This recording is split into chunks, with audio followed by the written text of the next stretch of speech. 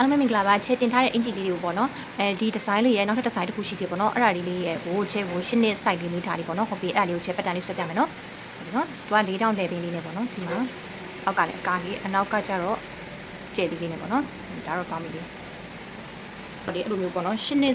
site ကမရှိတော့ချဲကဒီမှာ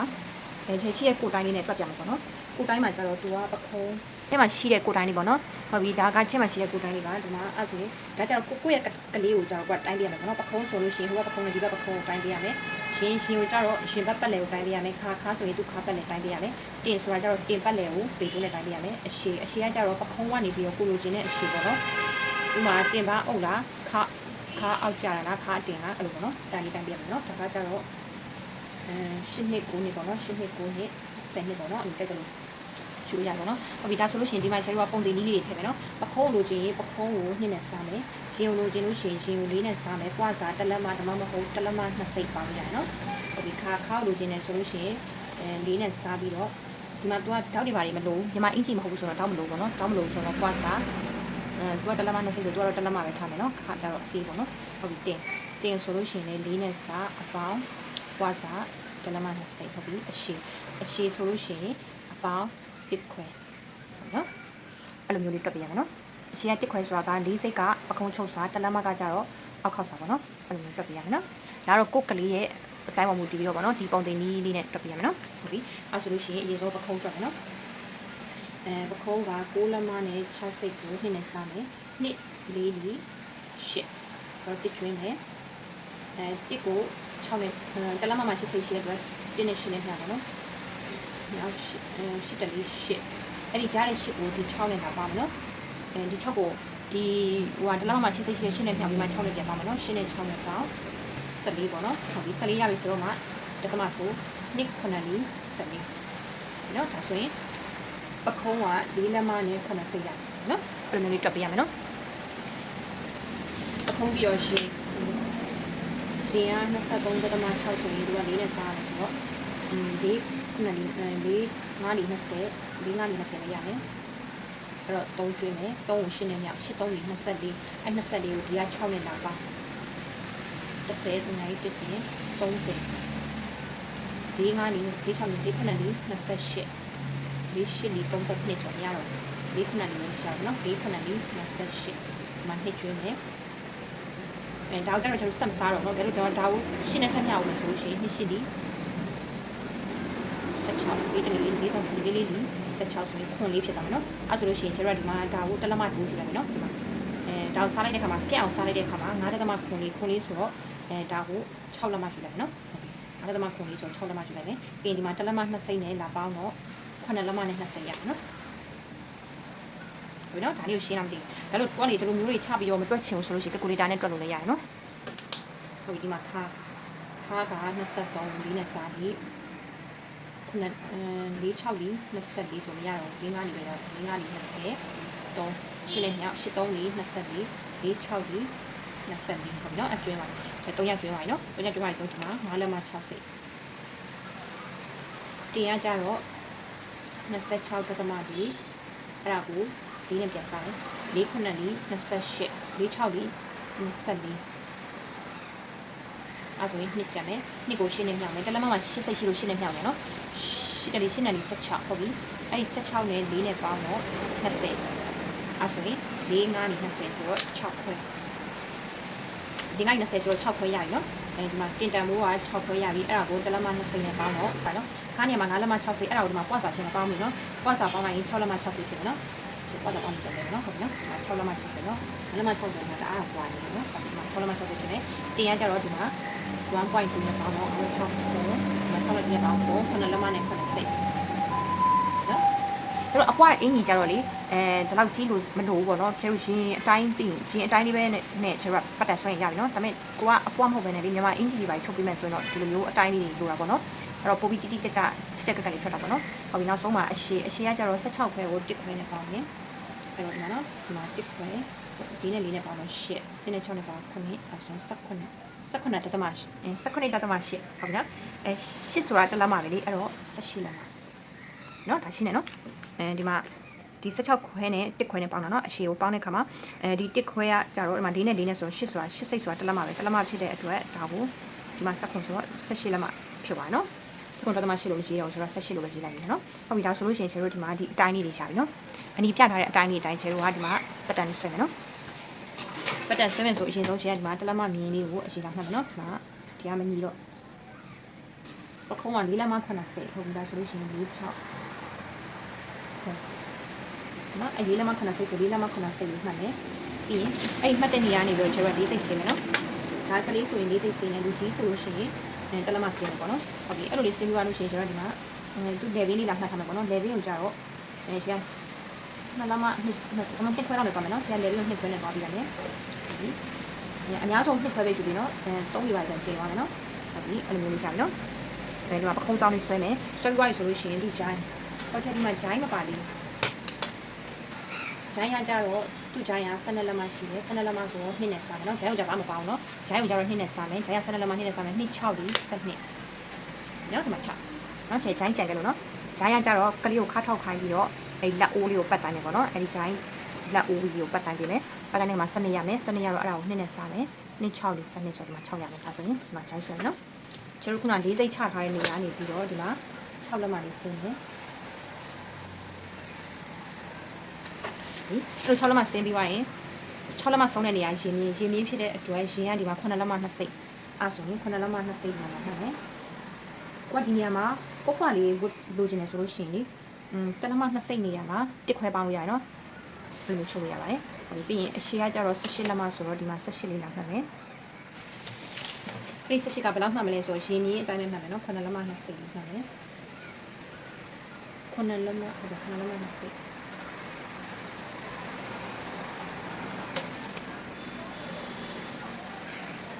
မပြီးရင်အဲ့ဒါလေးကိုပါခတ်မယ်နော်အဲ့လိုလေးပါခတ်မယ်ပါခတ်ပြီးပါပြီဆိုရင်ဒါတော့ဝတ်လိုက်တယ်နော်6ကိုတော့ဝတ်တော့လိုဝတ်ပြီးတော့ဒီကအသွေးလေးကို၄စိတ်လောက်ဝင်တယ်ပြီးတော့ဒီမှာ2စိတ်နေရာလေးကိုဖြတ်တယ်ဒီမှာ2စိတ်နေရာဖြတ်တယ်နော်အဲ့လိုဖြတ်ပြီးတော့ဒီကဒီမှာဂျိုင်းလေးဝိုင်းမှာပေါ့နော်ဒီနေရာကျတော့တောင်းမှန်နေလာမယ်ဒါပြီးတော့ဒီနေရာလေးကိုကျတော့ဒီနားမှာတလက်မလောက်မှတ်မယ်ခတ်ပြီးတော့အဲ့ကနေပြီးတော့ဒီဘက်လေးကိုလာဝိုင်းမယ်နော်ဒီနောက်တစ်ခုကြားလိုက်တယ်ဒါကြတော့နောက်ဆက်ဖြစ်မယ်နော်ဒီရှေ့ကျအောင်ကြားတော့ဒီနော်ပေါ်ပိုင်းကိုတန်းတန်းလေးလာပါမယ်ဟောက်နောက်ကြားတော့ဒီမျိုးတော့ပါတယ်နော်နော်ပြန်ကိုင်းတဲ့ပုံလေးထားကြည့်ပြီနော်လူလေးဝိုင်းသွားနိုင်မယ်နော်ဒီလူလေးပြီးသွားပြီဆိုလို့ရှိရင် level ရကြတော့ပေါ့နော်ကိုကဘယ်လောက်ထားခြင်းလဲဒီမှာနောက်ချမ်းကြတော့ချင်ကတလက်မ2စိတ်လောက်ထားပြီနော်တလက်မ2စိတ်နောက်ချမ်းကတလက်မ2စိတ်ရှေ့ကျန်းကြတော့နှစ်လက်မ6ပြလောက်ထားမယ်နော်ရှေ့ကျန်းနှစ်လက်မ6ပြထားမယ်ဟုတ်ပြီအဲ့ဒါလေးကိုခြေပါပေါင်းခတ်မယ်နော်လူလေးပေါင်းခတ်လိုက်မယ်နော်ပေါင်းလေးအကျန်းခတ်ပြီးပါပြီဆိုရင်အဲ့ဒါလေးကိုပေးပေးနေပါမယ်နော်ရှေ့ကျန်းနောက်ကြတဲ့ခါလေးဆွဲကြလိုက်ကြမယ်နော်ဟုတ်ပြီအဲ့ဆိုလို့ရှိရင်ခုနကြားတဲ့အင်ဂျီပုံလေးကိုလိုချင်နေဆိုလို့ရှိရင်ခြေပါပေါ့နော်ဒီကနေပြီးတော့6လက်မလောက်နေရနေယူလိုက်နော်အောက်ကိုပို့ရှိနေတယ်ဆို10လက်မလောက်ဆိုနော်10လက်မဆိုရင်အောက်က9လက်မလောက်ပါတော့အဲ့9လက်မပဲရှိတယ်နော်ဒီမှာ9လက်မလေးယူလိုက်တယ်ယူပြီးတော့ဒီနားလေးကိုရင်းလေးလာဖြတ်တယ်ဟုတ်နော်ဒီမှာလေးကိုကဒီလိုမျိုးအတက်မသွားချင်ဘူးဆိုရင်ဒီလိုအဆောင်လေးလည်းတွားလို့ရတယ်နော်ဒီကနေအောက်ကိုတစ်လက်မချပြီးဒီလိုဆောင်းဆောင်းလေးတွားလို့ရတယ်ဝက်ဝက်လေးတွားလို့ရတယ်ကိုတိတ်တယ်လို့ပုံစံမျိုးတွားလို့ရတယ်ဟုတ်အဲ့လိုလေးတွားပြီးရရင်ဒါက F1 F2 B1 B2 အဲ့လိုဖြစ်နေပါတော့ကိုချုပ်မယ်ဆိုလို့ရှိရင်တော့လေဒီပတ်တန်ဆက်ကိုနှစ်ခေါက်ခောက်မယ်နော်နှစ်ခေါက်ခောက်ပြီးတော့ရှေ့ကျန်းနောက်ကျန်းအဲ့လိုဖြတ်ပြီးချုပ်မယ်နော်ဟုတ်ပြီဒါဆိုရင်ဒီအောက်မှာဘယ်လောက်ထားမလဲပေါ့နော်ဒီအရှိထက်ကိုကျဲက10လက်မပို့ပြီးရှုမယ်နော်10လက်မဒါမှမဟုတ်15လက်မပို့ပြီးကားဝဲကားချင်လို့ရှိရင်တော့ဒီမှာ20လောက်ရှုပြရနော်ရှင်းရဒီမှာဒါခောက်ယူဒီမှာ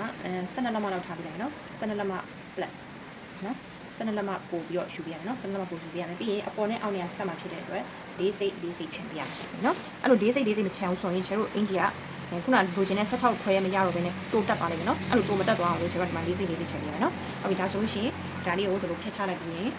ကြာပြီပေါ့နော်ဒါကပိတ်စပုံမှာပဲ12လက်မရှုလိုက်တော့နော်ဒီဥစ္စာလေးကိုဒီ အောက်ပိုင်းလေးကလေပတ်တန်မှာ12လက်မှယူနေတော့ပိတ်စတွေလေးလို့ပေါ့နော်ဟုတ်ပြီအဲ့လိုပြီးသွားပြီဆိုလို့ရှိရင်လက်ကလေးဆွဲပြမယ်နော်လက်ကခုန6လက်မှနဲ့ဆွဲထားပါတော့6လက်မှနဲ့ဆွဲထားဆိုရင်ကျတော့1လက်မှတိုးပြီးတော့လက်ကိုချမ်းလို့ဒီနားလေးမှာဆွဲပြမယ်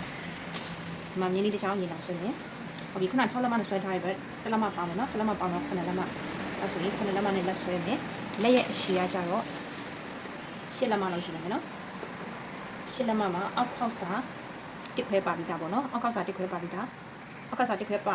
တစ်ခွဲနှုတ်လိုက်မယ်ဆိုရင်လက်က6ခွဲပဲကျန်မယ်နော်လက်က6ခွဲပဲကျန်ပါပါဟုတ်ပြီဒါဆိုရင်လက်ရဲ့အရှည်က6ခွဲပေါ့နော်6ခွဲဒါမဲ့ဒီမှာချုပ်စာတစ်ခွဲပေါင်းထားတဲ့အတွက်10လက်မှရှိပြရမယ်နော်10လက်မှရှိမယ်ပြီးရင်ဒါလေးကိုပေါင်းခတ်မယ်နော်အဲ့လိုလေးပေါင်းခတ်ပြီးသွားပြီဆိုလို့ရှိရင်ဒီမှာကလေးဖြစ်တဲ့အတွက်ရှင်က2လက်မှ6စီလောက်ရှိပြရမယ်နော်2လက်မှ6စီလောက်တိုင်းမှတ်လိုက်မယ်နော်ဒီမှာ2လက်မှ6စီမှတ်မယ်မှတ်ပြီးတော့ဒီကနေပြီးတော့ဒီ2လက်မှ6စီဒါမှမဟုတ်3လက်မှထိရှိပြရနော်3လက်မှထိရှိပြရနော်ဒီကနေဒီလေးတင်မယ်တင်ပြီးသွားပြီဆိုလို့ရှိရင်သူ့ကို3ပုံပုံမယ်ဒါခက်မှန်းကြည့်တဲ့ပုံလိုက်လို့ရတယ်နော်ဒါလက်မှန်းလေးပေါ့နော်နားမှာပါဒီပေါ့နော်နော်ဒီမှာပြီးရင်ဒီအောက်ဆုံးမှာတပုံထပ်ပေါ်မယ်ဒါလေးကိုကြတော့2စိတ်စင်းမယ်ဒီအပေါ်ကျတော့4စိတ်တက်မယ်ဒီ2စိတ်စင်းတဲ့နေရာလေးကိုဒီလိုလေးနော်ဒီဘက်ကခောက်ကျိုးလေးနဲ့ဖြစ်နေတက်ကဒါလေးပဲဟုတ်ပြီပြီးလို့ရှိရင်ဆရာဒီမှာ2လက်မလောက်ကောက်ထုတ်မယ်2လက်မကများတယ်ဆိုရင်ဒီမှာတစ်ခွက်လောက်ကောက်ထုတ်ပါနော်ဒီကခုတက်လို့ကောက်ထုတ်ရနော်ကောက်ထုတ်ပြီးတော့ဒီမှာသူ့ကိုဆော့ဆော့လေးတော့ဆက်နော်ဒါဆိုလို့ရှိရင်လက်ကလေးကပြီးသွားပြီနော်တော့ဘာလို့လဲဆိုတော့လက်မှာအတွန့်လေးထည့်မှာဆိုတော့လေကျွန်တော်အဲ့လိုမျိုးလေးဆွဲပေးရနော်အဲ့ဒါမှဒီမှာပေါ့နော်ဒီလိုမျိုးအတွန့်လေးစီစီလေးလက်စီလေးရှာလို့ပေါ့နော်ဒီလိုမျိုးလေးဟုတ်ပြီဒါဆိုလို့ရှိရင်ကျွန်တော်ဒါလေးကိုညှက်ပြနော်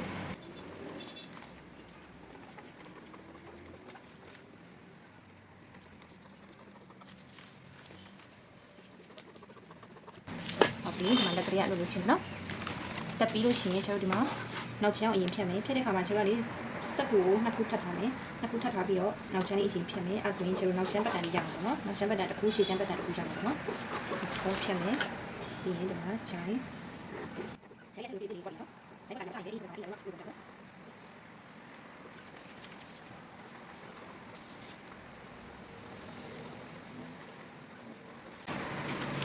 ာ်ပြီးရင်သူ့နှစ်ချမ်းပြန်ဖြတ်မယ်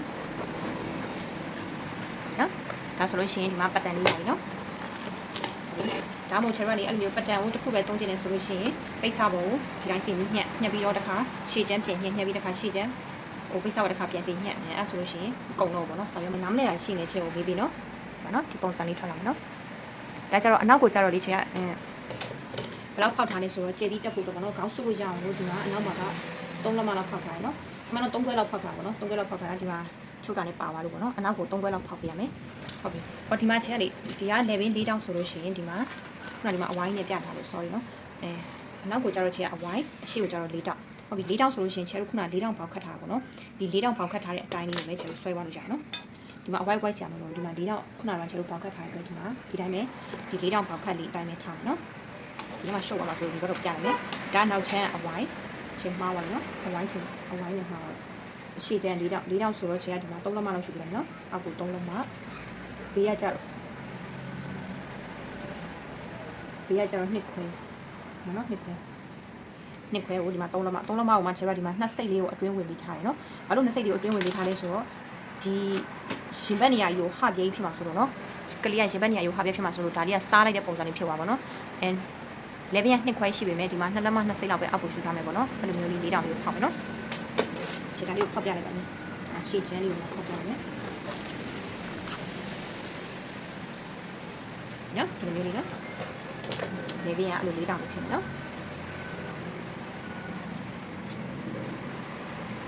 ခဲကြလေးကကျတော့နောက်မှပေါက်ကိုအထောက်ဆင်လာနေရနော်အင်ဂျီလေးကချုပ်ချီပါနော်အရန်လွယ်ပါတယ်ကျေးဇူးများကြီးတင်ပါတယ်